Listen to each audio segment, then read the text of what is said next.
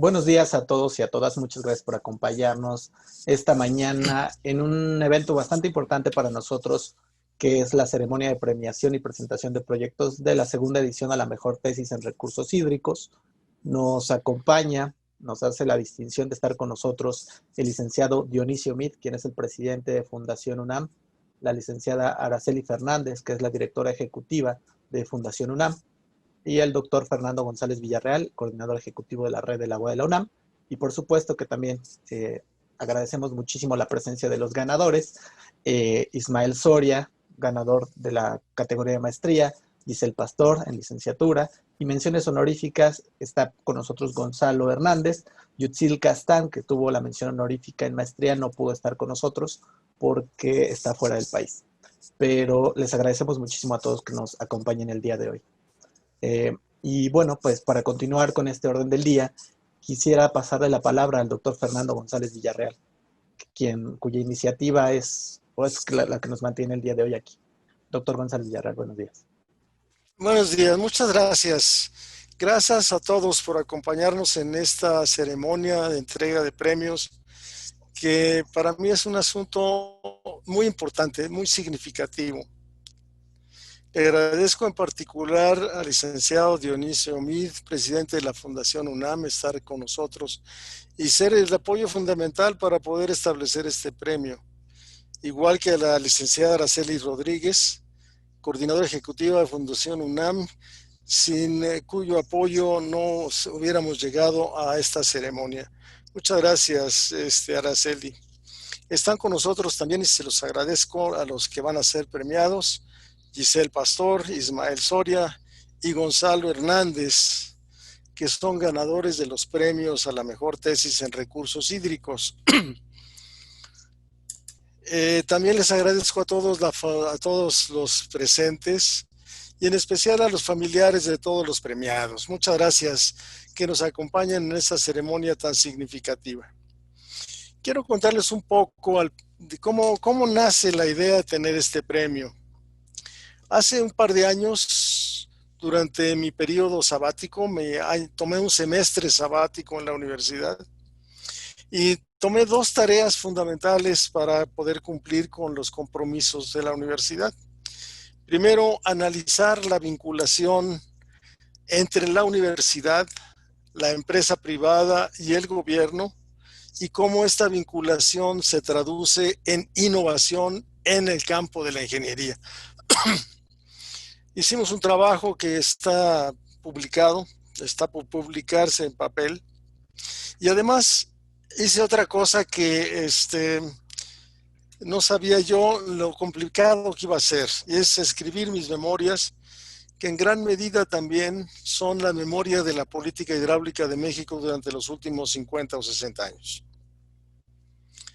Como resultado del examen y el análisis de la vinculación y la innovación, nos dimos cuenta que primero que la innovación es fundamental para el desarrollo, no solamente de la profesión de ingeniería, sino para el desarrollo del país. O sea, no hay nada que distinga más a los países que se desarrollan rápidamente que la posibilidad de innovar. Y es innovación técnica, es innovación social y innovación interinstitucional también. ¿Cómo poder estimular la innovación entonces si es un asunto tan importante? Y entonces nos dimos a la tarea de ver cómo otros países lo hacen y cómo se hace también en México. Y desde luego, la innovación es un ambiente. O sea, se crea un ambiente en donde la sociedad o los grupos o las profesionistas tienen la motivación de innovar. Y este ambiente en general se impulsa a través de políticas públicas, pero estas políticas públicas tienen que contener también algunos elementos de incentivos a aquellos que son innovadores. Y los más innovadores de todos son los jóvenes. Ha habido algunos trabajos que demuestran cómo, a medida que van creciendo los jóvenes en edad, van perdiendo la facultad de innovar. Entonces, esto está dirigido siempre, entonces, la innovación con estímulos y con los jóvenes. Y entonces por eso empezamos a idear, cuando estaba yo en el consejo directivo de la Academia de Ingeniería, empezamos a ver cómo hacer un premio que no estimule a una carrera completa de muchos años de una persona, sino que premia a aquellos que pueden lograr innovar en sus áreas. Específicamente hicimos en la Academia de Ingeniería un premio a la innovación, y esto lo hicimos en conjunto con la Secretaría de Energía. Tuvimos 4 categorías: innovación en la ingeniería, que yo creo que es el premio principal; innovación en la formación de ingenieros, porque el problema que nosotros vemos es que la innovación también se enseña parte de ella, y es la forma de establecer en el aula cómo se dan las clases. Y la innovación, entonces, en la formación de los ingenieros es fundamental. La juventud innovadora y, finalmente, mujeres en la ingeniería. Esto fue un ejercicio exitoso en la academia que se piensa repetir en este año, y quisimos establecer un premio. Estudiamos cómo se hace el premio Nobel, por ejemplo, y los premios en otras academias en el mundo. Pero cuando concluimos este premio, me pareció que debíamos de hacer algo también para impulsar la innovación y el análisis interdisciplinario en relación con los recursos hídricos. O sea, una parte muy importante de mi carrera, en términos de años que he dedicado en ello, ha sido alrededor de la ingeniería, y en específico en la gestión y manejo de los recursos hidráulicos. Entonces me parecía que podríamos hacer algo más relacionado con los recursos hídricos y la parte interdisciplinaria de ello. Y platiqué entonces con el licenciado Dionisio Mid. Le conté de mi idea de tratar de hacer un premio a una tesis del agua, que siempre como una preocupación para impulsar a los jóvenes y su talento, jóvenes talentosos que quisieran hacer sus tesis sobre recursos hídricos. Y quiero decirles que en contra de muchas de las opiniones, yo creo que los alumnos que tenemos hoy en la maestría y el doctorado son inclusive más talentosos y más informados, más motivados que mi generación. Y cuando Dionisio me dijo que sí, que daríamos algo, estaba justamente entonces haciendo la presentación del libro de mis memorias. Y ese libro de memorias se llama Aguas Turbulentas. ¿Y aguas turbulentas por qué? Si ustedes observan los hechos últimos que hemos tenido en relación con el agua, los conflictos en la frontera por la sequía y el tratado internacional, las inundaciones en Veracruz, Tabasco y Chiapas, eso plantea una gran turbulencia para atender los asuntos del agua. Y decidí donar todos los ingresos de la venta a la creación del premio y donárselos a la fundación. Dionisio fue muy amable y me hizo el gran honor de ponerle mi nombre a ese premio, que se financia con la venta de esos libros. Muchas gracias, le estoy eternamente agradecido a Dionisio por ello. Y en la primera edición del premio se hizo el año pasado, y recibimos 25 trabajos en 2 categorías, una a nivel profesional y la otra a nivel de maestría. Fue una gran sorpresa el año pasado, el 19, ver la cantidad de trabajos que se presentaron, pues, con el tiempo que tenían disponible para prepararlos, y la calidad de los trabajos que se presentaron, que fueron juzgados por un jurado completamente autónomo y libre.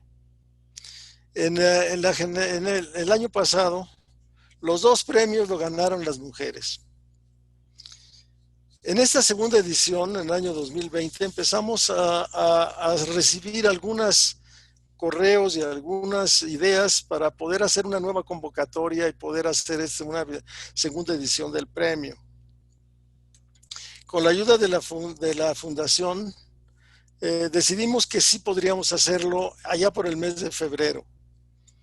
Cuando llegó la pandemia por ahí de marzo, fines de marzo y abril, que ya nos llegó a México, pues pensamos que sería muy difícil el poder continuar con el premio en las nuevas condiciones que nos estaba planteando la pandemia.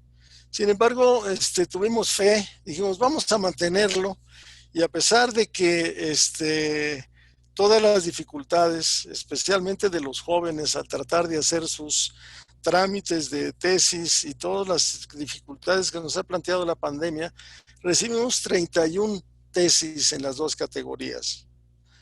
Y yo quiero agradecerle mucho a todos los que presentaron trabajos, su interés por el tema y su interés por el premio, que es básicamente lo que queríamos. Queríamos estimular a los jóvenes a innovar, a presentar sus tesis en este tema, que yo creo que es de los temas más importantes para el desarrollo y el bienestar de la población de México. Y cada día tendremos mayores problemas en la gestión de los recursos hidráulicos. Este premio de este año en particular no hubiera sido posible sin la iniciativa y el apoyo fundamental de la Fundación UNAM. Muchas gracias, Dionisio y Araceli, por todo su apoyo. Quiero agradecer también a los jurados que nos regalaron su tiempo para evaluar los trabajos y seleccionar a los ganadores.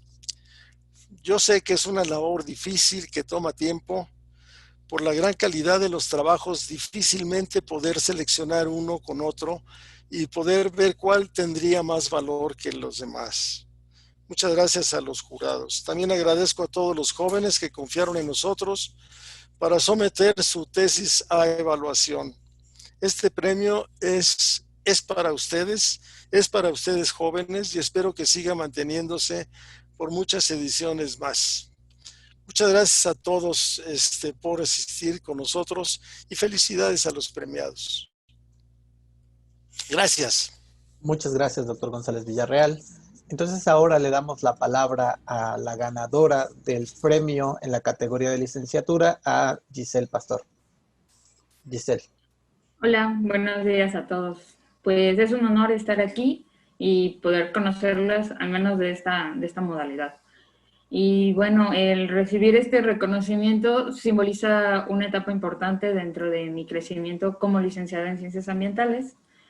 Y pues es más que un buen inicio, es un impulso para seguir caminando y colaborando en comunidad y con la sociedad misma. Pues considero que parte de mis objetivos en general, pues es el formar redes para la conservación y conexión con el entorno natural.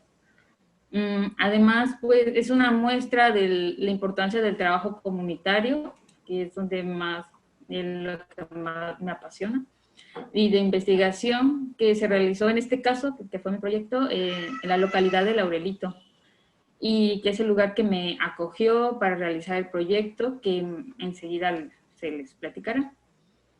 Y ahora, pues, significa un compromiso, pues, para seguir colaborando en proyectos ambientales. Así pues, agradezco a las personas que me han motivado de manera directa e indirecta, pues, para llegar a este logro. Considero este logro que fue un logro en equipo, en trabajo en equipo.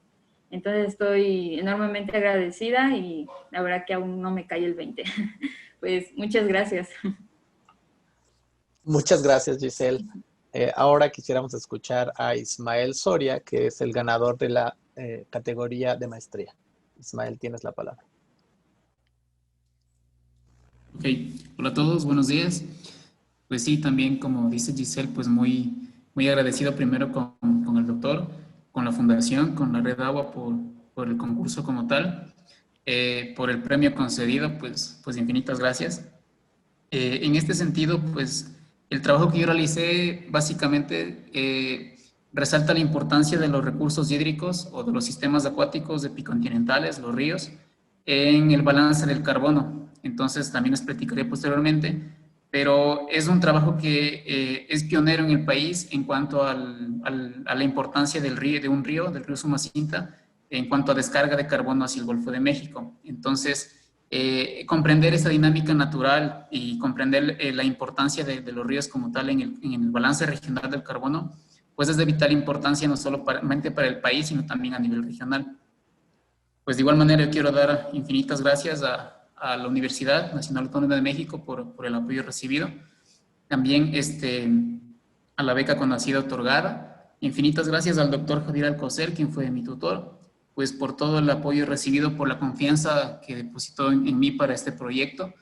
Y también a todos los miembros del comité tutoral, pues deseo nombrarles al doctor Luis Oseguera, Felipe García, Alfonso Lugo, Enrique Cantoral y como mi asesor externo Salvador Sánchez Carrillo, pues indudablemente sin su apoyo, sin su guía, sin su granito de arena no hubiese sido posible este premio. Muchísimas gracias. También quiero reconocer que este es un resultado del trabajo de equipo de la FES Iztacala, del Grupo de Investigación en Limnología Tropical.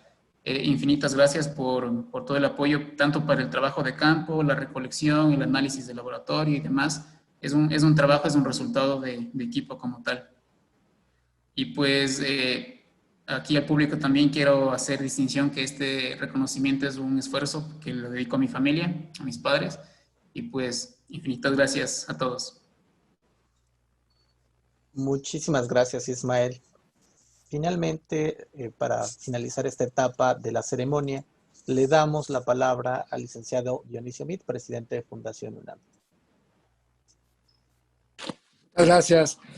Muchas gracias a todos por estar presentes en este evento y muchas gracias a Fernando por habernos invitado también a participar. Él dice que tiene mucho que agradecerle a la Fundación UNAM, pero es la Fundación UNAM la que tiene que agradecerle a Fernando su iniciativa, su empeño y sobre todo su generosidad. Le ha dedicado Fernando su vida a proteger y a reflexionar todo lo que está vinculado con el agua. Ha señalado la necesidad de considerar al agua como un recurso de seguridad nacional y yo creo que tiene razón. Y yo creo que en nuestro país, él lo ha expresado también, la expresión de las visiones del agua respecto a sus distintas incidencias, dependiendo de nuestro entorno, de nuestro medio ambiente, pueden aplicarse a su mejor aprovechamiento en esos lugares en donde es tan escasa o una situación tan diversa, tan opuesta como la que tenemos ahora en el sureste del país, en Tabasco, Veracruz y Chiapas, como él lo ha mencionado. Yo creo que eso ilustra la importancia del agua en nuestro país, la urgencia de considerarla como un recurso de seguridad nacional y la importancia que él destaca de que los jóvenes se dediquen a la investigación y al conocimiento en el manejo de un recurso tan importante. Él señala, y tiene mucha razón, cómo son los jóvenes los que participan con mayor entusiasmo en estos esfuerzos que estamos todos haciendo. Y yo quiero subrayarlo también porque este no es el único premio en el que participamos nosotros, son muchos más. Y la verdad que la rentabilidad, considerando el costo de cada premio respecto al número de investigaciones que se realiza, pues acredita que es una gran inversión dedicar en términos relativos tan pocos recursos a tan buenos resultados en la investigación. Subraya Fernando, y yo coincido con ellos y quiero mencionarlo, el esfuerzo de las familias. A nosotros nos da mucho gusto que acompañen a los premiados, sus familias, porque no siempre somos conscientes del enorme esfuerzo que tienen que realizar para que sus hijos puedan estudiar. La verdad que una buena parte de los alumnos de la universidad se trata de gente que el primer miembro de la familia que está estudiando son precisamente los compañeros que están en la universidad. Y cuando ya son egresados de la universidad, satisface apreciar que todos ellos se esforzarán también porque sus hijos tengan también la oportunidad de entrar al mundo universitario. al mundo de valores, al mundo del conocimiento.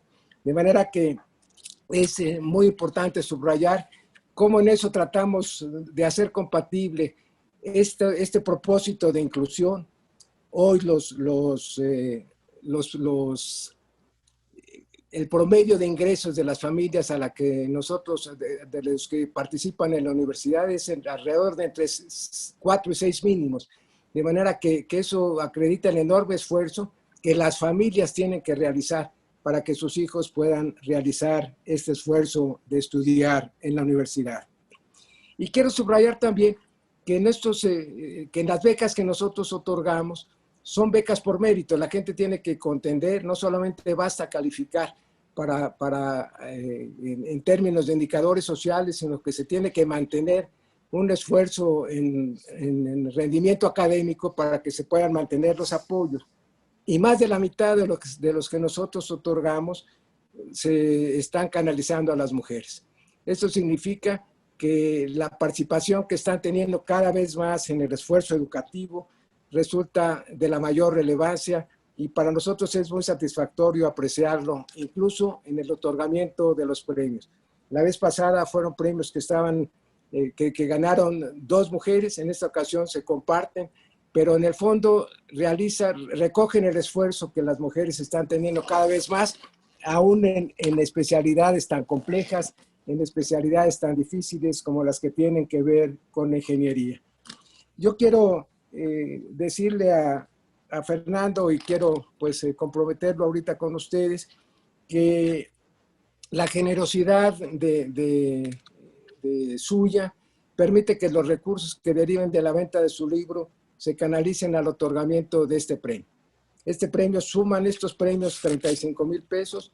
Yo quiero mencionar que nosotros homologaremos esta cantidad el próximo año, para que en adición a estos 35 nosotros pongamos otros 35, para que este premio pueda ser más atractivo y sean todavía más quienes participen en este esfuerzo que nosotros queremos reconocer. Nos satisface además mucho que participe un jurado tan diverso, un jurado tan amplio en el otorgamiento del premio, porque algunos de los estudios que se han realizado, por ejemplo, los que tienen que ver con el mejor aprovechamiento, la sostenibilidad hídrica en la Ciudad de México, pues forme parte del jurado precisamente la Secretaría del Medio Ambiente de la ciudad, de manera que estos esfuerzos pues no habrán de caer en el vacío. Estos esfuerzos habrán de canalizarse, habrán de dirigirse y habrán de aprovecharse muchas veces por las autoridades competentes que tienen que realizar la definición de nuestras políticas públicas. Quiero felicitar de manera particular a Giselle por su trabajo en grupo. Ella lo reconoce, ella encabeza el grupo de implementación y adopción de una ecotecnología para el tratamiento de aguas residuales a través de la participación comunitaria, y el premio que se lleva Ismael también encabezando un grupo con el caso de estudio de la cuenca del río Usumacinta para el flujo de carbono en un sistema lótico tropical mexicano. Es mucho lo que está alrededor del agua. Tiene razón el título del libro que Fernando le puso, Aguas Turbulentas. Yo originalmente, por el tiempo en que se sacó el premio, pensaba que era de contenido político, pero la verdad es que por su enorme importancia en el manejo de los recursos hídricos, es porque recoge su biografía, porque recoge sus memorias, una enorme aportación al manejo de esta política tan importante de nuestro país. Queremos agradecerle a Fernando, queremos agradecerle a las gentes de la Fundación, queremos agradecer también al rector, a las autoridades universitarias que nos acompañan en este esfuerzo, y queremos decirle a Fernando que esta iniciativa es formidable. La verdad es que si hay algo que cambie el destino de los países, es lo que puedan ir logrando en materia de investigación. Él subraya y tiene razón que una buena parte de la investigación tecnológica se cimenta en los enormes resultados que está teniendo la investigación al día de hoy. Y señala, y yo lo comparto también, que los jóvenes de hoy tienen muchas más oportunidades de conocimiento que las que tuvimos nosotros. De manera que es mucho más también lo que tenemos que esperar de su aportación a la ciencia, de su aportación al avance tecnológico. En los distintos eventos que hemos venido realizando en la Fundación, hemos querido subrayar la presencia de dos mexicanos distinguidísimos que se nos han ido. El doctor Mario Molina, el doctor Guillermo Soberón.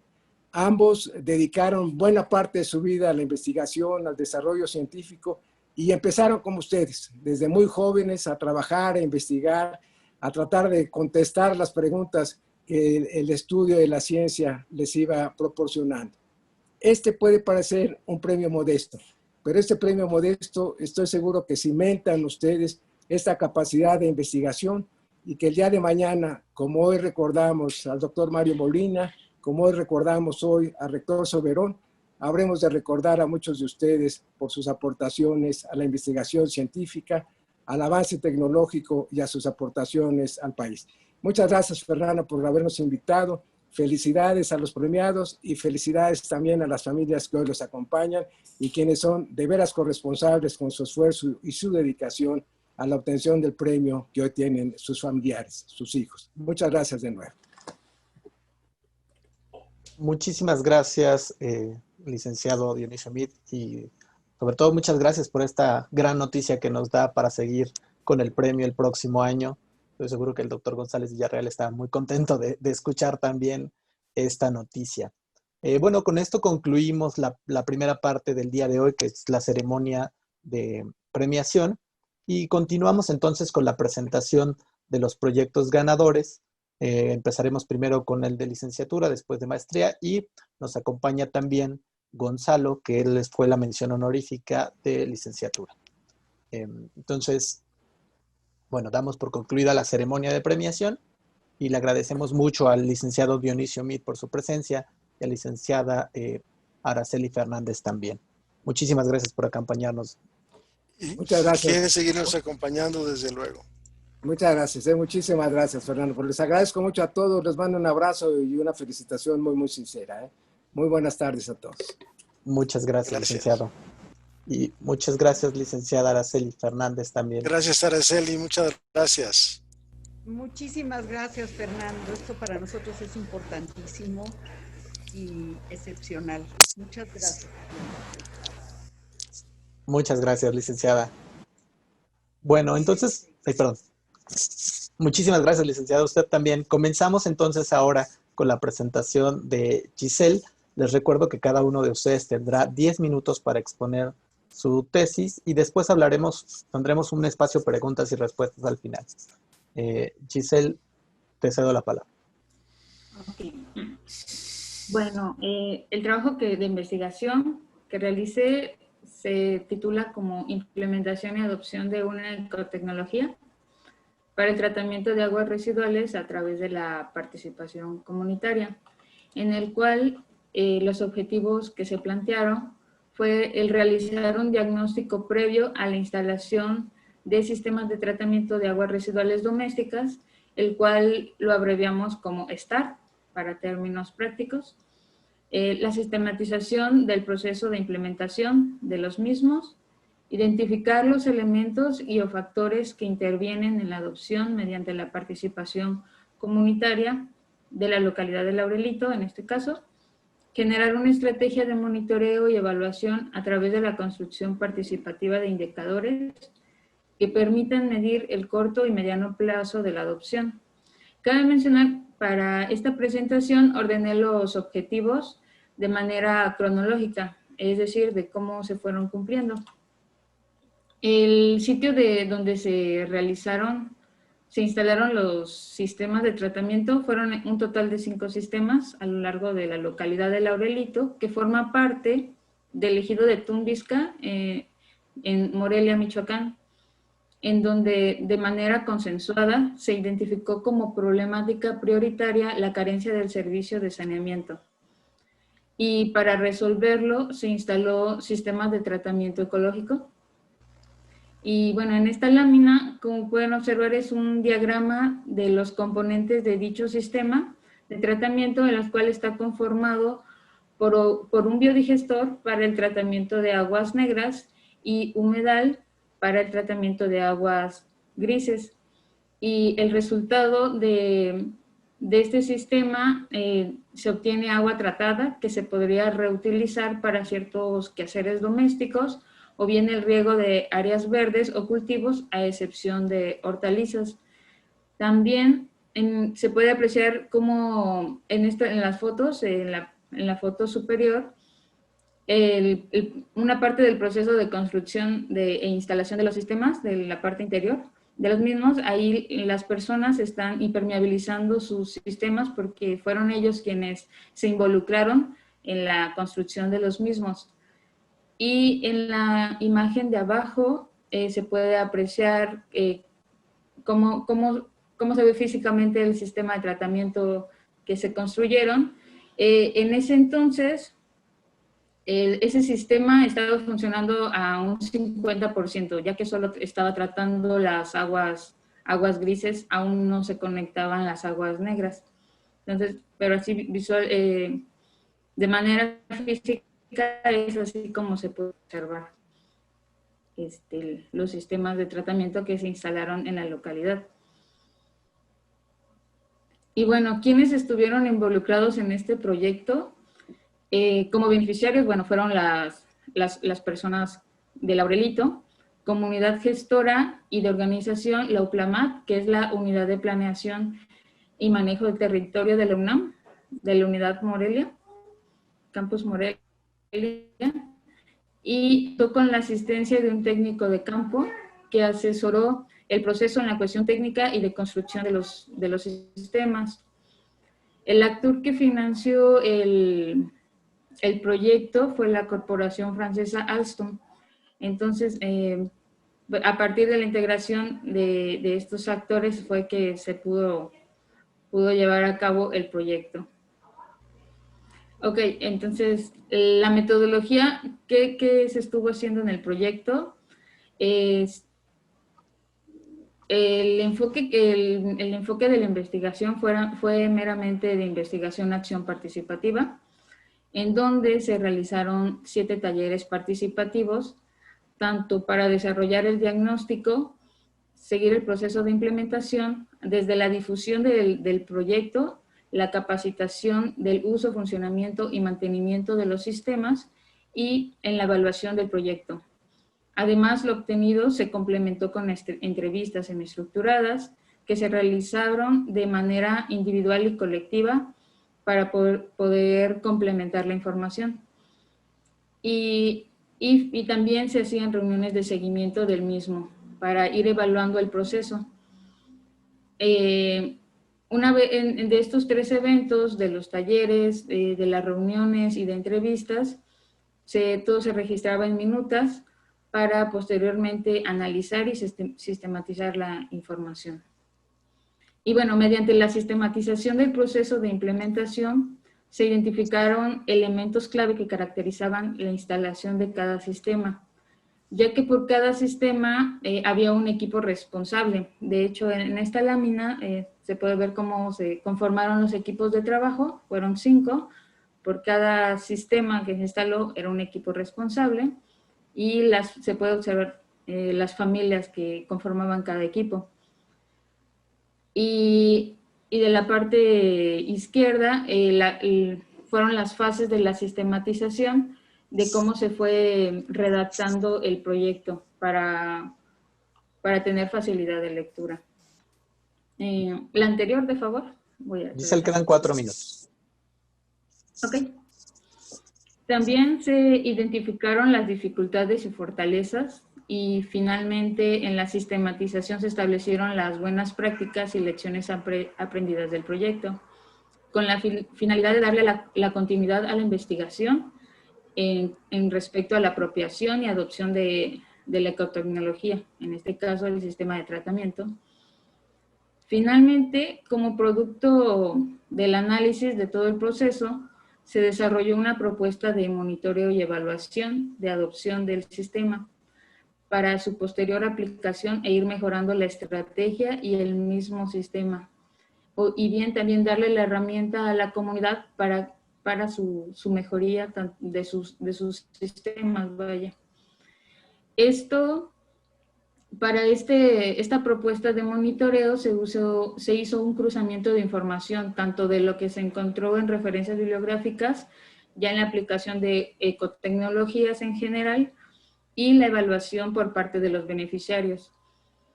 Y se obtuvo una matriz de 25 indicadores para el monitoreo y evaluación.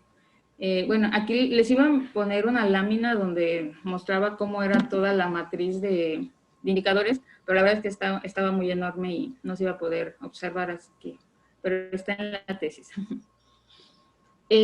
La investigación realizada concluye en que el proyecto, ¿sería la siguiente? Perdón, en adelante. La siguiente. En conclusión del trabajo realizado, es que es un proyecto referente y pionero, ya que de este tipo de sistemas, la verdad no había referencias, no había otras experiencias antecedentes para poderse guiar. Entonces, es por eso que se da como la importancia de darle continuidad a su estudio, sobre todo en la cuestión técnica, en la técnica del dispositivo, para verificar su funcionamiento y para que vaya, si se cumpla el objetivo de que se traten las aguas residuales adecuadamente. Si bien a lo largo del análisis, que fue uno de los objetivos que se plantearon, fue que la participación fue la base del proyecto de implementación. Y también se identificaron como la comunicación, que uno de los datos fue que marcó como la caracterización de todo el proceso, la comunicación entre los beneficiarios, que caracterizaba, vaya, la participación. Y posteriormente se identificó a la organización e interés de las personas y de todos los actores como un grado de involucramiento de los beneficiarios, es decir, de una apropiación inicial, ya que en las ecotecnologías, si bien está la aplicación de las mismas, pero se ve como todo segmentado, entonces no se le da una continuidad. Y bueno, sería todo como en resumen. En general, ese fue como el proyecto que estuve trabajando, y pues muchas gracias. Muchas gracias, Giselle. Estuvo todo en tiempo. Ahora entonces pasaremos con el ganador de la tesis de maestría, Ismael Soria. Ismael, tienes la palabra y comparte tu presentación. Bueno, la temática que yo realicé se titula Flujo de carbono de un sistema holótico tropical mexicano en la cuenca del río Sumacinta. Siguiente, por favor. El contenido de la presentación será una breve introducción, los objetivos, el área de estudio y la metodología y los resultados y discusión final como conclusiones. Siguiente. Bueno, como contexto de importancia, debido al cambio climático y calentamiento global, pues en los últimos años la concentración de CO2 se ha incrementado indudablemente, y se ha aceptado que los sistemas acuáticos tienen un rol fundamental en la articulación del ciclo del carbono, debido a que reciben carbono del ecosistema terrestre, lo transforman, pueden emitirlo hacia la atmósfera como CO2 o metano y pueden acumularlo en los sedimentos. Pero también los ríos transportan este carbono hacia el océano y tienen un rol fundamental en el ciclo del carbono. Las fracciones de carbono básicamente son orgánicas e inorgánicas, disueltas y particuladas, y pueden ingresar al río o los sistemas acuáticos de forma autóctona o producirse en el sistema. O también pueden producirse por intemperismo químico o procesos de respiración y fotosíntesis. Básicamente todos estos procesos de transporte, de emisiones y acumulación dependen de la geomorfología, de la hidrodinámica, clima y actividades entrópicas de la cuenca de drenaje. Desafortunadamente, en los sistemas tropicales no hay información disponible o es muy limitada, y en el caso de México, según el segundo estado del ciclo del carbono, no existe información disponible a nivel del país. Entonces, hay una gran incertidumbre a escala nacional en cuanto a este balance y un desconocimiento casi general de los procesos de carbono, pues solamente existen ciertos trabajos en ciertos sistemas lénticos, y en ríos no existe información disponible.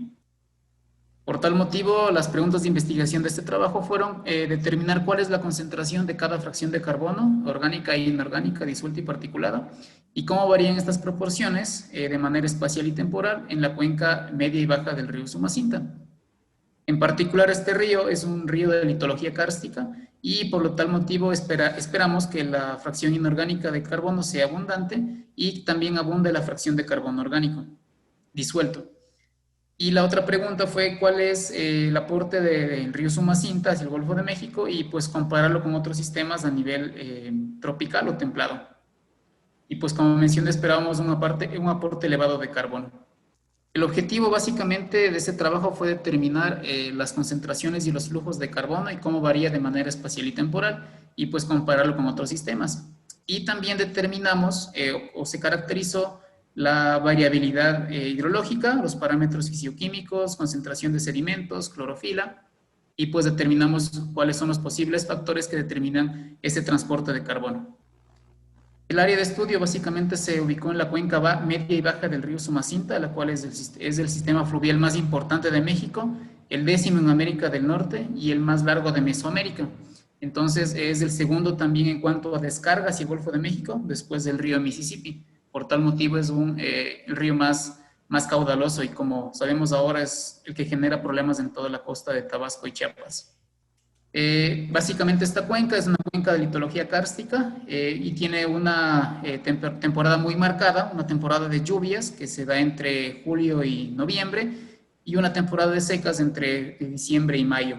Y además es una cuenca relativamente bien conservada, compartida con Guatemala. Básicamente tenemos los principales afluentes que son el río Lacantún, La Pasión, el río San Pedro, y en la cuenca baja se une con el río Grijalva hasta su desembocadura al Golfo de México. Y pues nosotros realizamos 2 campañas de muestreo, que fueron una de lluvias de octubre y de secas de abril, en 18 estaciones, tanto en el cauce principal, que corresponde desde M6 hasta D7, como el de rama de la izquierda, como en los afluentes que ya mencioné son el río Lacantún, el río Chijoy, La Pasión, San Pedro, y en la desembocadura hacia el río San Pablo y también la unión con el río Grijalva. En la cuenca baja pues se tiene la presencia importante de los pantanos de Centla, como los humedales o sistemas de humedales también importantes de todo el Golfo de México. El trabajo de campo incluye realizar un perfil batimétrico en cada estación. Se muestraron 3 perfiles verticales donde se midió las variables fisioquímicas, se tomaron muestras y también se midió la velocidad para el cálculo del caudal. Cada fracción de carbono pues se trató en laboratorio, las fracciones particuladas se filtraron y luego se acidificó en el caso del carbono orgánico particulado hasta su análisis. El carbono orgánico disuelto también se filtró y se acidificó con ácido fosfórico y el inorgánico disuelto también se filtró y se fijó con dicloruro de mercurio para su conservación. Se realizó también análisis de sólidos suspendidos totales y también de clorofila por los diferentes métodos específicos. El procesamiento de datos incluyó básicamente realizar el cálculo del caudal por el método de velocidad área y calcular el flujo de carbono que es transportado en función del caudal y la concentración de carbono de cada perfil. Se realizaron diferentes análisis estadísticos y se estimó el flujo que descarga el río hacia el Golfo de México utilizando los datos anuales de la estación Boca de Cerro, ubicada en la cuenca media. Básicamente, este diagrama de la derecha vemos que la temporada de lluvias corresponde a un año húmedo que es más alto que el promedio histórico y la temporada de secas es similar a las secas. Como resultados, pues básicamente observamos una diferencia importante entre lluvias y secas. La temperatura, el oxígeno disuelto, pH y conductividad fue mayor en la temporada de secas y observamos un comportamiento longitudinal. Por ejemplo, la temperatura incrementó río abajo, el oxígeno disminuyó, el pH se mantuvo relativamente estable y la conductividad incrementó por una cuña salina importante en secas. En cuanto al caudal, pues este fue entre 5 y 6 veces más alto en lluvias y presentó un incremento hasta la cuenca media y luego una reducción hacia la cuenca baja por la bifurcación en los humedales y pantanos. Además, se vio un aporte importante del río Grijalva que disminuye en secas, pues, porque ese es un río represado. Se observó valores más altos de la concentración de sólidos en lluvias, pues son flujos hiperconcentrados y muy turbios, y también un valor más alto de clorofila o de producción primaria en la temporada de secas, que fue mayor en la cuenca baja. Este análisis nada más nos muestra que hay una diferencia importante entre las 2 temporadas, lluvias y secas, y entre los afluentes y el cauce principal. y determinamos que los factores más importantes que definen las variables ambientales en el río son la distancia hacia la desembocadura, el caudal, la clorofila, los sólidos y la conductividad en la temporada de secas. Por tal motivo se hizo este análisis y se determinó que existe una diferencia significativa importante entre las dos temporadas, lluvias y secas, como vemos en el diagrama siguiente. En cuanto al carbono, pues el carbono orgánico disuelto presentó un incremento río abajo y fue mayor en la temporada de lluvias. Este valor del carbono orgánico disuelto es menor al promedio global, pero presentó una correlación importante con el caudal. Este valor también se ha reportado en otros sistemas e indica que conforme incrementa las lluvias, incrementa la lixiviación y el aporte alóctono de este carbono. Además, encontramos los valores más altos en las subcuencas o ríos que tienen presencia de humedales, como en la cuenca baja. En cuanto al carbono orgánico particulado, este fue mayor en el río Lacantún y disminuye el río abajo hasta un incremento posterior en la cuenca baja. Es decir, presentó una tendencia diferente entre ambas temporadas. Presentó una correlación alta con los sólidos, también es un valor que ya se ha aceptado, que quiere decir que conforme incrementa el caudal, incrementa el aporte de material alóctono y por ende el carbono orgánico particulado que se lixivia. Y además, en función de esta correlación de carbono orgánico particulado clorofila, pudimos determinar que la mayor parte de este carbono que está ingresando es de forma alóctono. Solamente existen ciertas estaciones en la cuenca baja y en secas donde el carbono orgánico es autóctono de la producción primaria. La fracción más importante de carbono orgánico fue la disuelta, excepto en las estaciones del río Lacantún. Este dato es importante porque el carbono inorgánico disuelto determinado fue uno de los valores más altos a nivel global y se puede estar determinando como el valor más alto para toda América tropical, superando incluso a ríos grandes como el Amazonas o incluso el río Mississippi. Queda un minuto, Ismael. Bueno, esta proporción nos dice nada más el comportamiento río abajo y la dominancia de cada uno. Siguiente. El carbono inorgánico particulado también presenta una correlación con los sólidos suspendidos. Y aquí vemos que la fracción dominante fue el inorgánico disuelto, seguido el orgánico disuelto, el particulado y el inorgánico particulado entre ambas temporadas. Finalmente, en cuanto al flujo, cuánto se exporta hacia la desembocadura, encontramos que posiblemente en la cuenca baja existe un sumidero de carbono orgánico, es decir, que se está reteniendo. Esto puede ser en los humedales, La Libertad, Catazajao y los pantanos de Centla. Es decir, existe un sumidero de carbono en esta parte. Y en cuanto a la estimación, pues se determinó que el río Sumacinta exporta una cantidad significativa principalmente de carbono inorgánico disuelto. Esto lo vemos en la siguiente diapositiva, que es una comparativa con otros ríos grandes. Por ejemplo, el carbono inorgánico disuelto que exporta el río Sumacinta es muy similar a otros grandes ríos, como por ejemplo el Orinoco, el Congo, el Amarillo, por ejemplo. Y finalmente, como conclusiones, pues en función del tiempo, el carbono inorgánico disuelto es la fracción dominante, seguido de las orgánicas. Este carbono inorgánico disuelto es permanente a lo largo del cauce, no se observa una variación longitudinal, justamente por la litología kárstica del sistema, y fue mayor en secas. El carbono orgánico disuelto pues incrementó río abajo en función de la presencia de humedales y también presentó una correlación alta con el caudal, es decir, incrementó en lluvias. El carbono orgánico particulado también incrementa en lluvias y presenta una correlación alta con los sólidos, con el material particulado, siendo la fracción dominante el carbono orgánico. Y finalmente se estimó que el río Sumacinta exporta 3.6 teragramos de carbono al año, siendo la principal fracción el carbono inorgánico. Y pues se determinó una diferencia importante en la hidrología del sistema en cuanto a las variables ambientales. La siguiente, un agradecimiento especial a los proyectos que financiaron este trabajo y la siguiente, y a todos quienes colaboraron en este proyecto. Muchísimas gracias. Muchísimas gracias a ti, Ismael. Y pasamos entonces, por último, no sería el último, a Gonzalo. Gonzalo es el ganador en la mención honorífica en la categoría de licenciatura. Sí, bueno, muy buenas tardes a todos. Agradezco la mención honorífica otorgada para esta investigación que se realizó de licenciatura. Y bueno, cabe destacar que es el grupo que está detrás de este trabajo, pues es mayor. Agradezco a mi director de tesis, que fue el guía de este viaje, Y bueno, también agradecer a las localidades que nos permitieron hacer el estudio. Bueno, el contenido de la charla, pues por cuestiones de tiempo va a estar en 3 grandes puntos, los cuales son los objetivos, la metodología y los resultados del mismo. Bueno, en cuanto a los objetivos, antes de pasar a los objetivos, les quiero dar una pequeña embarrada de lo que es el índice de pobreza de agua participativo y cómo es que este se calculó. Bueno, el índice de pobreza de agua participativo, pues es una herramienta de gestión interdisciplinaria, es decir, un índice que se ayuda de distintos enfoques científicos y no únicamente de una sola disciplina. Esto pues permite una mayor facilidad para la búsqueda de vinculaciones existentes entre el nivel socioeconómico y ambiental de las comunidades con respecto a la gestión del recurso hídrico. Esto de tal manera que permita generar información para desarrollar políticas dirigidas hacia el desarrollo sustentable de las comunidades. Y bueno, aquí podemos ver el índice, cómo es que se calcula una suma ponderada de 5 grandes componentes que lo integran.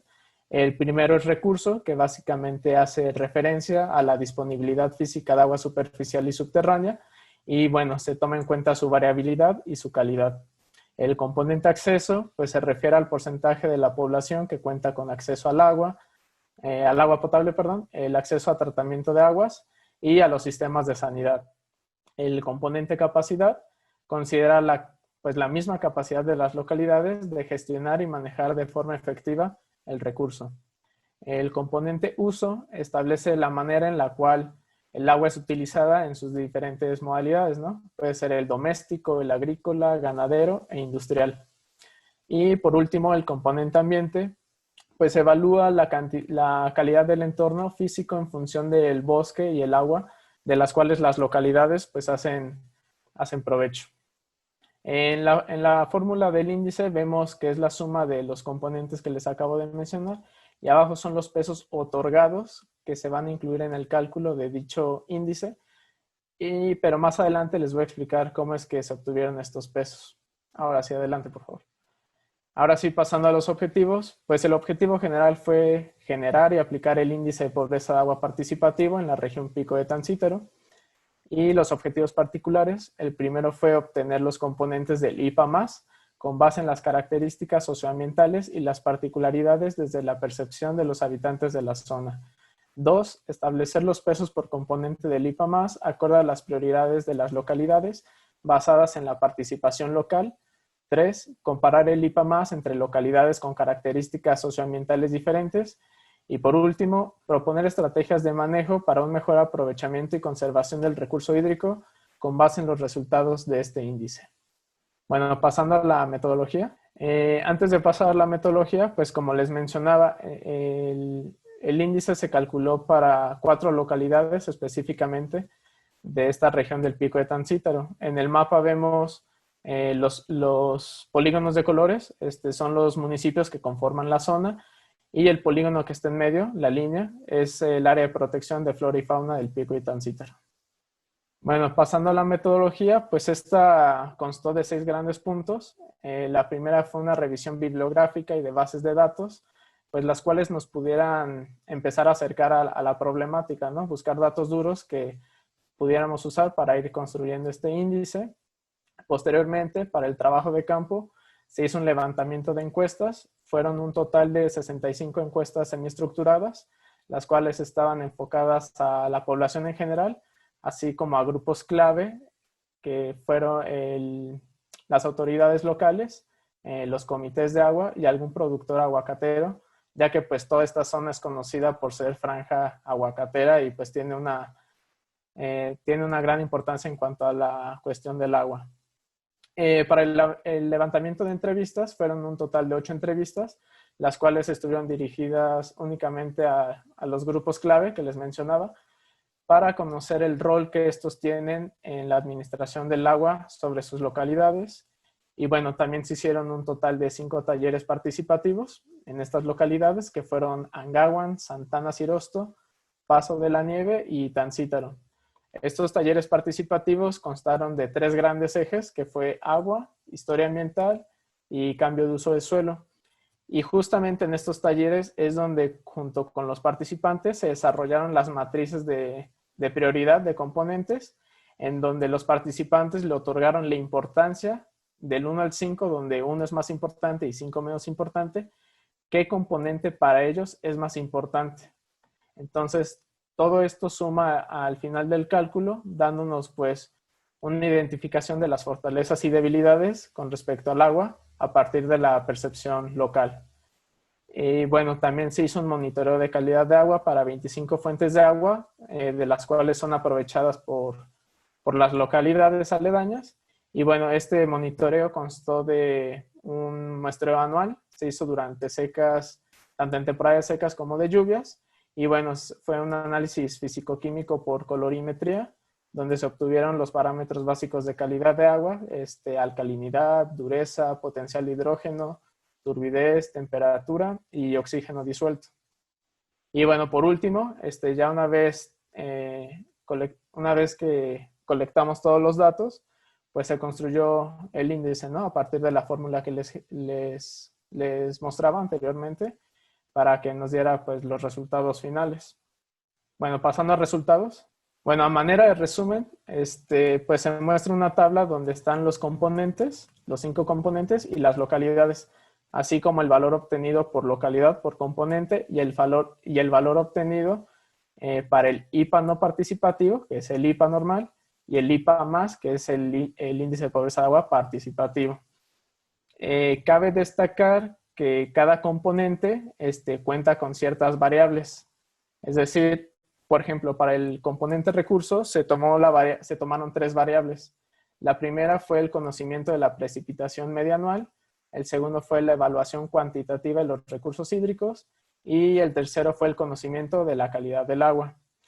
Las variables utilizadas para el componente acceso fueron 3 también, que fue el acceso al agua potable limpia, la ausencia de conflictos por el acceso al agua y el tercero fue el acceso a una sanidad adecuada.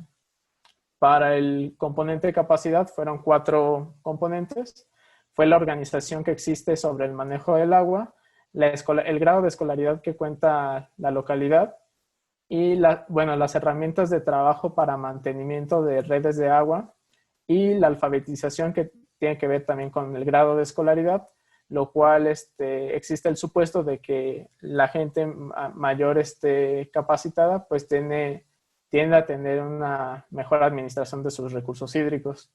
Para el componente uso fueron 2 variables, fue el uso doméstico del agua y el uso agrícola del agua. Y por último, el componente ambiente se tomaron 3 variables, que fue el porcentaje de cobertura forestal, el uso de recursos naturales por parte de las localidades y bueno, la existencia de actividades de reforestación. Y bueno, ¿en qué se diferencia el IPA y el IPA más? Pues vemos que los valores no son casi los mismos, pero la diferencia es que el IPA más ayuda a identificar justamente a partir de la percepción local las fortalezas y debilidades del agua en algún sector específico. Aquí, como les mencionaba, se muestra en una gráfica radial cada componente y hacia dónde se inclinan las fortalezas y debilidades del agua con respecto a cada localidad.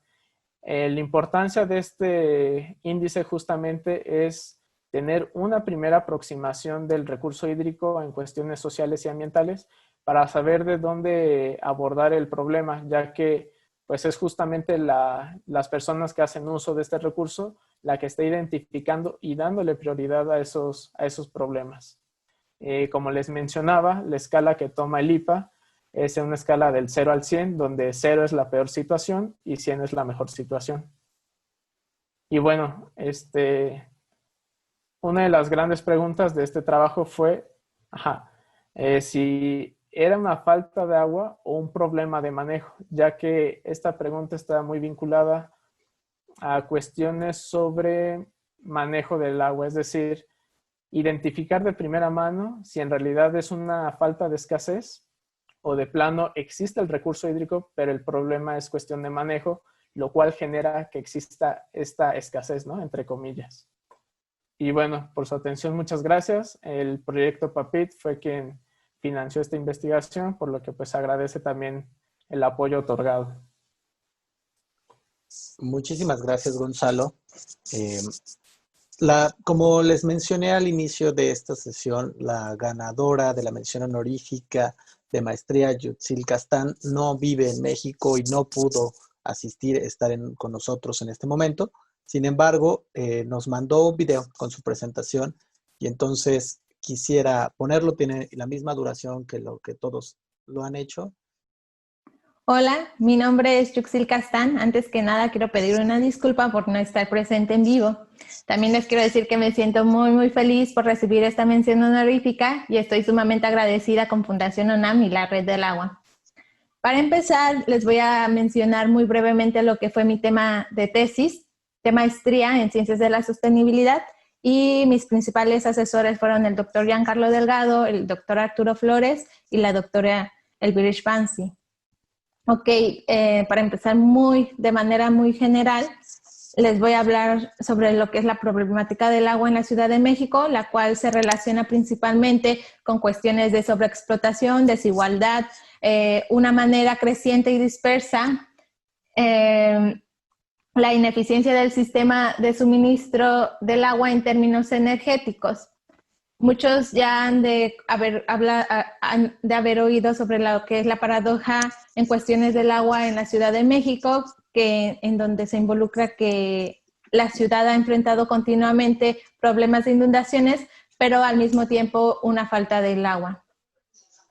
Por lo que se piensa transitar a escenarios más sostenibles. En relación a esto, mis preguntas durante la maestría fueron: ¿qué involucra una sostenibilidad hídrica? ¿Cuál es la situación del agua en la Ciudad de México y qué ha llevado a esta situación? Pero también, ¿cómo se puede evaluar la sostenibilidad hídrica? Entonces, de manera muy general, mi objetivo fue analizar la sostenibilidad hídrica en la Ciudad de México, en donde presto principal atención a 3 puntos, que es lo del contexto histórico, el marco institucional, los planes de acción y los conflictos socioecológicos, analizar el nexo urbano agua-energía e identificar los criterios ecológicos, sociales de infraestructura y gobernanza que influyen en la sostenibilidad hídrica urbana y así poder proponer un marco conceptual de indicadores. Muy brevemente, la metodología que usé fue hacer una revisión bibliográfica muy amplia y en la parte del metabolismo hídrico, evaluar las emisiones de gases de efecto invernadero en el sistema. En este esquema está súper general mi metodología, pero se presentan las principales referencias que utilicé y los principales resultados que tuve dentro de mi tesis. Bueno, para empezar con los resultados, lo que quiero resaltar en esta línea del tiempo es la transformación histórica del sistema. Es decir, la respuesta gubernamental a la problemática del agua a lo largo de la historia ha tenido impactos importantes en cómo se ha consolidado el sistema del agua de la ciudad, alcanzando impactos regionales. Entonces, aquí lo importante de resaltar es cómo ha evolucionado los tipos de cuenca y cómo cambió el discurso político a través de la historia.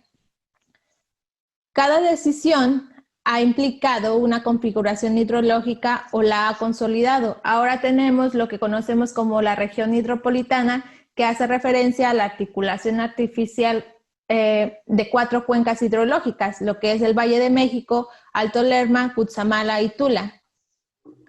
Tenemos que ha habido un cambio en el discurso político, desde una política de desecación, una burocracia hidráulica que se refiere más a la parte de grandes infraestructuras y actualmente tenemos más lo que es un discurso de sostenibilidad y más recientemente lo que es la resiliencia. En relación a los programas y planes en la Ciudad de México que existían hasta el 2017, hice un análisis de 6 programas y lo que quería representar o lo que quería saber es en qué se estaban enfocando estos programas de acción. La mayoría de ellos se enfocan en el acceso al agua y principalmente a la construcción de red de tuberías y al mantenimiento de las infraestructuras, lo que sería enfocado al mantenimiento de las fugas. Pero podemos ver que menos se enfocan a la reducción de emisiones de gases de efecto invernadero del sistema. Podríamos decir que tal vez la toma de decisiones en la gestión del agua a lo largo de los años es parte de la historia, pero hay que tomar en cuenta que permanece en la configuración del ciclo hidrológico urbano. En este esquema, lo que estaba intentando resaltar es cómo es el flujo del agua en la Ciudad de México y el estado actual, considerando las fuentes y los usos, pero también enfatizando en el gasto energético, que lo podemos traducir en emisiones de gases de efecto invernadero, lo que llamaríamos este nexo urbano agua-energía. En el esquema se presentan algunos datos de disponibilidad del agua y sobreexplotación, así como del tratamiento del agua, pero lo que me gustaría enfocarme más es en que el sistema de suministro del agua de la ciudad involucra la emisión de 959.3 mil toneladas de dióxido de carbono equivalente, y esto aproximadamente corresponde a 2% de los gases de efecto invernadero generados en la ciudad. Por lo que aquí buscamos que se transita a un sistema más eficiente en términos energéticos. Lo que también hay que resaltar es desde que durante todo este ciclo hidrológico urbano se presenta una serie de conflictos socioecológicos por este recurso. Y en esta diapositiva les presento unos ejemplos desde las fuentes de extracción hasta las fuentes donde se hace el desagüe de las aguas residuales, ¿no?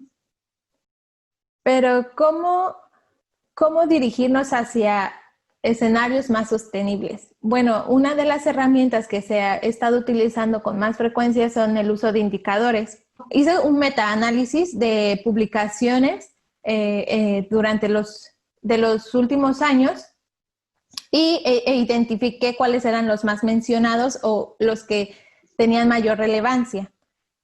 De ahí identifiqué 45 indicadores y lo que hice fue acomodarlos en 10 temas principales, relacionándolo al concepto de sostenibilidad, o sea, dentro de 4 dimensiones principales, que es la parte social, la económica, la de gobernanza y la parte ambiental.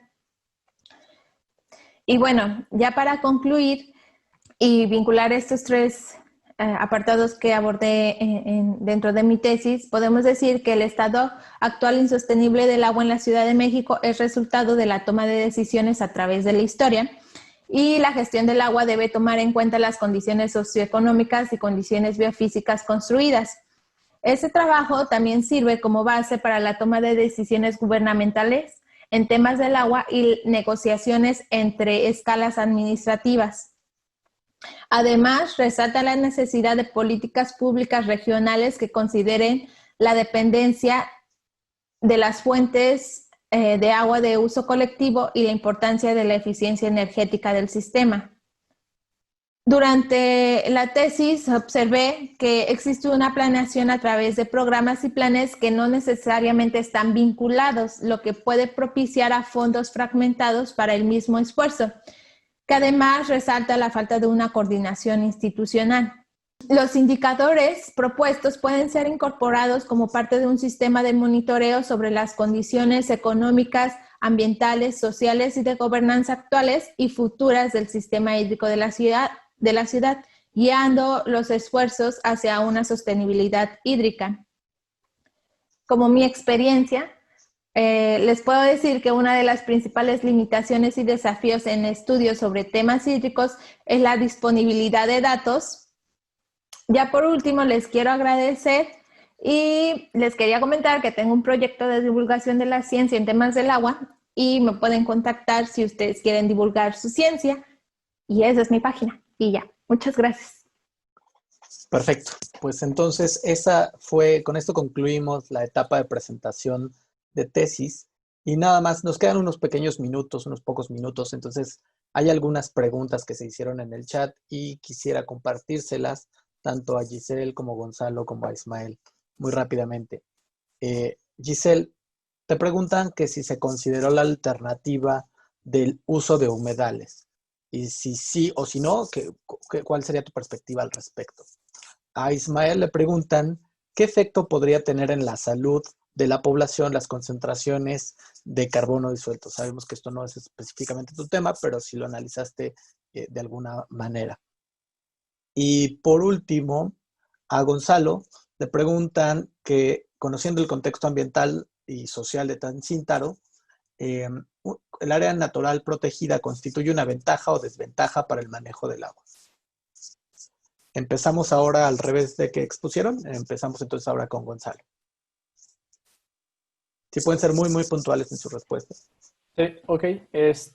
Bueno, sí, la presencia, claro, de un área natural protegida, pues en teoría debería brindar beneficios, ya que pues son áreas protegidas justamente de los recursos, ¿no? Flora, fauna, agua, suelos. Pero lo que se pudo observar en campo fue que no existe una vinculación entre aquellas localidades que se encuentran dentro del polígono del área, por lo que generaba un poco de incertidumbre de las localidades sobre qué actividades podían desarrollar o no. Porque bien se sabe que las ANPs tienen ciertos reglamentos en los que ciertas actividades están prohibidas. Entonces, creo que diría que en este caso proporcionaría una desventaja, pues justamente por la falta de vinculación entre gente que habita esas partes del área natural protegida y aquellos encargados del área natural protegida. Se necesita una mayor vinculación para la conservación de los recursos hídricos. Muchas gracias, Gonzalo. Ismael. Pues sí, es una pregunta interesante. Básicamente, algunos estudios actuales, bueno, mejor dicho, utilizaban como indicador de contaminación del agua a la DBO o la DQO, que son parámetros de la concentración de oxígeno. Pero actualmente se está desarrollando o cambiando esos indicadores a utilizarse el carbono orgánico como una medida más directa de la concentración de materia orgánica del sistema. Y hay que entender que este carbono orgánico que puede estar llegando al sistema puede ser producto de diversos factores o fuentes, por ejemplo, degradación de la materia orgánica del suelo, de la producción del río e incluso del aporte de aguas residuales que llegan al río. Entonces, sí, pues si es que hay aporte de aguas residuales, esa concentración va a ser más alta. Pero en este caso, lo que determinamos en este río, que los valores más altos de carbono orgánico se presentaron en los sitios como humedales. Y eso también es importante recalcar que esa concentración más bien sería de origen natural, como resultado de los procesos de lavado o escorrentía y que llegan al cauce principal. Exactamente. Muchas gracias, Ismael. Por último, Giselle. Sí, bueno, la verdad no se consideró la aplicación que solo fuera exclusiva de humedales, ya que anteriormente, en años anteriores, el ejido de Tumbisca ya tenía un sistema de este tipo, un sistema de tratamiento que estaba funcionando en una, no recuerdo si era secundaria o primaria, o creo de los ambos niveles, que estaba funcionando. Entonces la comunidad ya tenía la previa experiencia, ya conocía el sistema, y es por eso que como dispositivo a la solución del saneamiento, pues sí se pensó rápidamente en este tipo de sistema que se analizó. Si hubiera sido solamente humedales, tal vez hubiera sido un poco más práctico, por así decirlo, pero igualmente la comunidad se estaba proyectando como años futuros, como el aprovechamiento tanto del abono resultante dentro del biodigestor, así como el metano producido, porque el metano resultante del mismo, del sistema de biodigestor, para poder reutilizarlo como biocombustible. Entonces es como proyectos que la misma comunidad ya tenía en mente. Es por eso que se optó por este tipo de sistemas. Muchísimas gracias, Giselle. Pues con esto concluimos esta etapa. Les damos muchísimas gracias por acompañarnos el día de hoy. Uno de los premios no solamente era el recurso en efectivo que se les va a dar a los ganadores, a Giselle y a Ismael, sino también la posibilidad de compartir sus resultados con la comunidad científica y técnica en general de interesados en las cuestiones del agua que nos acompañan en la red del agua de la UNAM, y a quienes les agradecemos mucho que nos hayan acompañado el día de hoy. Finalmente le doy la palabra al doctor González Villarreal para la conclusión de este evento. Ha sido realmente una muy agradable sorpresa el escuchar las intervenciones de los premiados. Me parece que tienen un gran mérito. El asunto del río Usumacinta pues tiene la mayor actualidad. Los resultados que se están teniendo realmente nos preocupan. Que el río Usumacinta tenga una carga de carbón tan grande como los más grandes ríos del mundo. Y yo creo que esto va a merecer una continuación de las investigaciones para tratar de reducir ese carbón que estamos, de distinto tipo además, que estamos teniendo, y la interacción que tiene sobre todo los humedales. Son de los humedales más grandes, la zona de los ríos son de los cerca de 400,000 hectáreas, alrededor de los pantanos de Centla. Y me imagino que Ismael tuvo la oportunidad de viajar por el río, es una maravilla. Entonces yo creo que aprendimos mucho esta mañana de eso. De Giselle también, cómo se trata con la comunidad en forma participativa. Quizá habría que ver un poco los costos de estos sistemas. Me parece que al hacerlos con la comunidad se reducen los costos y sobre todo tenemos mucho mayor probabilidad de que tengamos sistemas que sean sustentables, porque como ella plantea en su respuesta, hay otros sistemas que tenían tratamientos convencionales que no están siendo sustentables. Me parece que hay un gran trabajo que hacer porque tenemos pues más de 100,000 comunidades pequeñas, quizá 200,000 en México, que requieren sistemas de saneamiento. En fin, Gonzalo y Giselle, no, ¿cómo se llaman la mención honorífica que no vino? Yutzil, doctor. Yutzil. Me parece que son trabajos excepcionalmente buenos y podríamos tener un espacio para poder también publicar algunos de los trabajos que están haciendo en Impluvium o de alguna otra manera dentro de la misma red para el conocimiento de las personas. Yo me siento muy satisfecho de la calidad de los trabajos. Les agradezco mucho a los 4 participantes ganadores, pero no nada más a ellos, sino a los 35 que presentaron para su consideración las tesis. Muchas gracias a ustedes, muchas gracias a todos. Jorge Arriaga especialmente, gracias por la organización y esperamos que hablen con sus amigos que estén trabajando sobre tesis para que puedan participar en el siguiente concurso que tendremos seguramente el año que entra. Son ustedes, iba a decir la promesa, pero ya no son promesa, ya son una realidad. Son jóvenes bien preparados y motivados que creo que podrán llevar a cabo las acciones para que el agua no sea un motivo de conflicto, no sea un motivo de enfermedad, sino sea un motivo de salud y un motivo de unión entre los mexicanos y podamos lograr así las metas de desarrollo sustentable. Muchas gracias a todos. Que tengan buen día. Cuídense mucho. Manténganse sanos. Gracias a todos. Muchas gracias, doctor. Nos vemos y esperamos que les agradecemos mucho a todos que nos hayan acompañado durante esta etapa y durante todos los webinars que hemos realizado.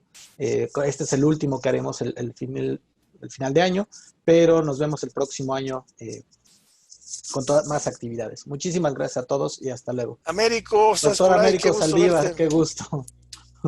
A Leonel Gaitán, a todos, Felipe Arreguín que también nos acompaña, a Guadalupe, todos, gracias. Sigan con nosotros el año que entra. Muchas gracias, hasta luego.